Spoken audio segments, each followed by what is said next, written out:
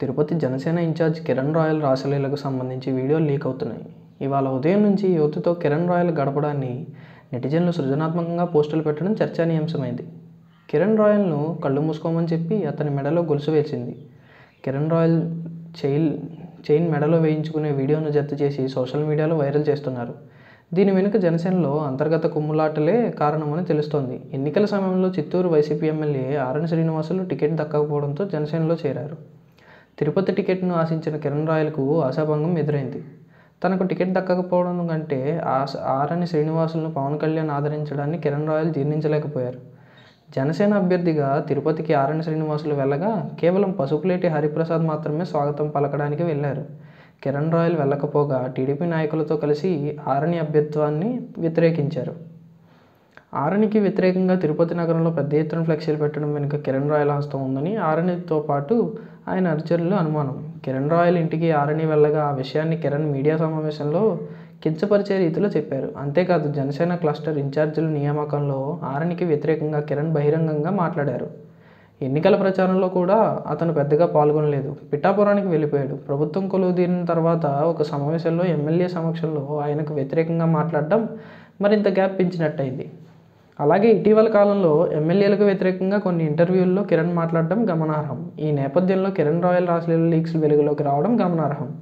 వీటి వెనుక YCP నేతలున్నారని Kiran ఆరోపిస్తున్నప్పటికీ of the రికార్డ్గా మాత్రం ఆరణి కుట్రే అని ఆయన అంటున్నాడని తెలిసింది. కిరణ్కి సంబంధించి మరిన్ని రాసలీల వీడియోలు ఉన్నాయని, వాటిని ప్రతిరోజు విడుదల చేయడానికి పక్కా ప్రణాళిక రచించినట్టు తెలిసింది. అయితే యథా లీడర్ తదా కిరణ్ అంటూ నెటిజన్లు సెటైర్స్ వినడం చూస్తే అతనిపై చర్యలు తీసుకోకపోతే చివరికి పార్టీకి నష్టం జరిగే అవకాశం ఉంది. తిరుపతికి చెందిన లక్ష్మి అనే మహిళతో కిరణ్ ఏళ్ల తరబడి వివాహేతర సంబంధాన్ని నిలిపారు.